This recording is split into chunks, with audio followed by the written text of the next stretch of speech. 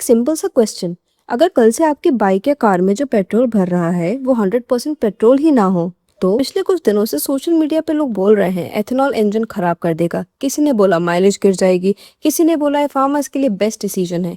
तो सच क्या है? गवर्नमेंट सही है या इंटरनेट? देखो, आज हम पॉलिटिक्स नहीं करेंगे, ना ब्लाइंडली सपोर्ट ना ब्लाइंडली क्रिटिसाइज, बस फैक्ट्स देखेंगे। एथेनॉल होता क्या है? इंडिया इसको इतना अग्रेसिवली क्यों पुश कर रहा है? आपकी बाइक और कार पे इसका क्या इफेक्ट पड़ेगा? और सबसे इम्पोर्टेंट, क्या E20 एक्चुअली फ्यूचर है या एक risky experiment? Trust me, video के एंड तक कंफ्यूजन जीरो हो जाएगा। एथेनॉल कोई नया केमिकल नहीं है, बेसिकली ये एक अल्कोहल है। हाँ, सेम फैमिली जिसमें ड्रिंकिंग अल्कोहल भी आता है, बस फ्यूल ग्रेड एथेनॉल अलग पर्पस के लिए बनाया जाता है। ये शुगर केन, मेज और कुछ ग्रेन से बनता है। सिंपल एनालॉजी समझो, जैसे गन्ने से चीनी बनती है वैसे ही गन्ने से एथेनॉल भी बन सकता है।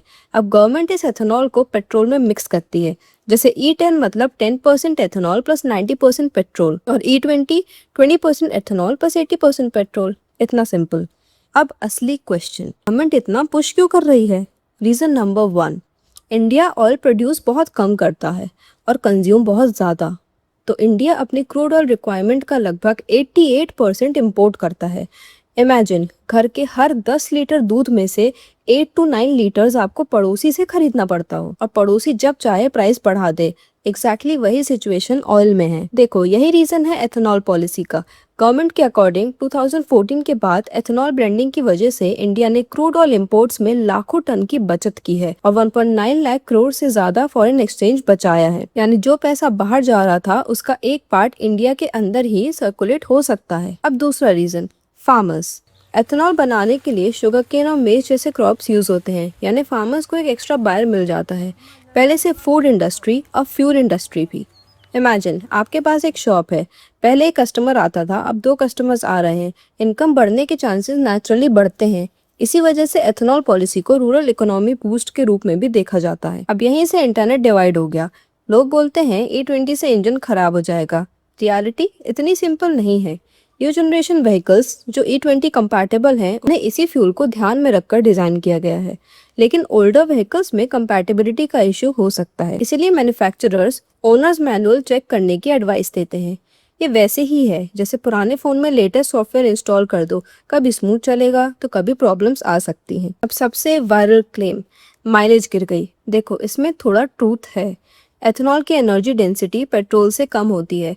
इसी वजह से गवर्नमेंट भी मानती है कि कुछ व्हीकल्स में 3 to 5% तक माइलेज रिड्यूस हो सकती है।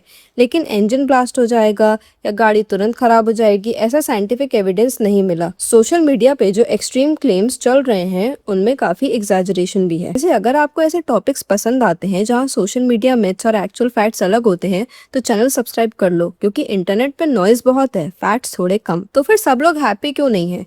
क्योंकि एक और इशू है, फूड वर्सेस फ्यूल। अगर ज्यादा लैंड एथेनॉल क्रॉप्स के लिए यूज होने लगे तो फूड क्रॉप्स का क्या होगा? इकोनॉमिस्ट और पॉलिसी एक्सपर्ट्स इसी बैलेंस को लेकर डिस्कशन करते रहते हैं। एनर्जी सिक्योरिटी इंपॉर्टेंट है, लेकिन फूड सिक्योरिटी भी उतनी ही इम्पोर्टेंट है। बहुत लोग बोलते हैं सिर्फ इंडिया ही एक्सपेरिमेंट कर रहा है। एक्चुअली ऐसा नहीं है। ब्राजील डिकेड से हाई एथेनॉल ब्लेंड्स यूज कर रहा है। अमेरिका में E85 भी अवेलेबल है फ्लेक्स फ्यूल व्हीकल्स के लिए।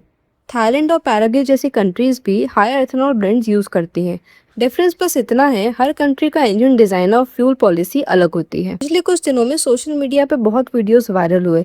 किसी ने बोला इंजन खराब, किसी ने बोला स्कैम, किसी ने बोला सब परफेक्ट है। रियलिटी, ट्रूथ यूजुअली बीच में होता है। गवर्नमेंट ने रिसेंटली FAQs और क्लैरिफिकेशंस भी रिलीज किए हैं, क्योंकि मिस इन्फॉर्मेशन काफी फास्ट स्प्रेड हो रही थी। सो गुड डिसीजन या बैड डिसीजन? Honestly depends.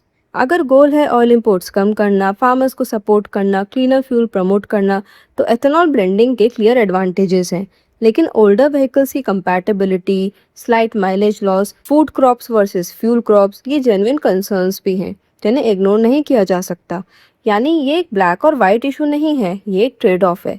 तो क्या एथेनॉल मैजिक फ्यूल है? नहीं। क्या एथेनॉल डिजास्टर है? वो भी नहीं। ये एक स्ट्रैटेजी है जिसमें इंडिया एनर्जी इंपोर्ट्स कम करना चाहता है, फार्मर्स को सपोर्ट करना चाहता है और क्लीनर फ्यूल की तरफ मूव करना चाहता है। लेकिन इस स्ट्रैटेजी की सक्सेस डिपेंड करेगी टेक्नोलॉजी, इंजन कंपैटिबिलिटी और स्मार्ट पॉलिसी मेकिंग पर। इंटरनेट पे जो एक्सट्रीम ओपिनियंस देखते हो उनसे पहले फैक्ट जरूर देखना। कमेंट में बताओ, आप P20 पेट्रोल यूज कर रहे हो? अगर हाँ, तो क्या आपको माइलेज या परफॉर्मेंस में कोई डिफरेंस फील हुआ?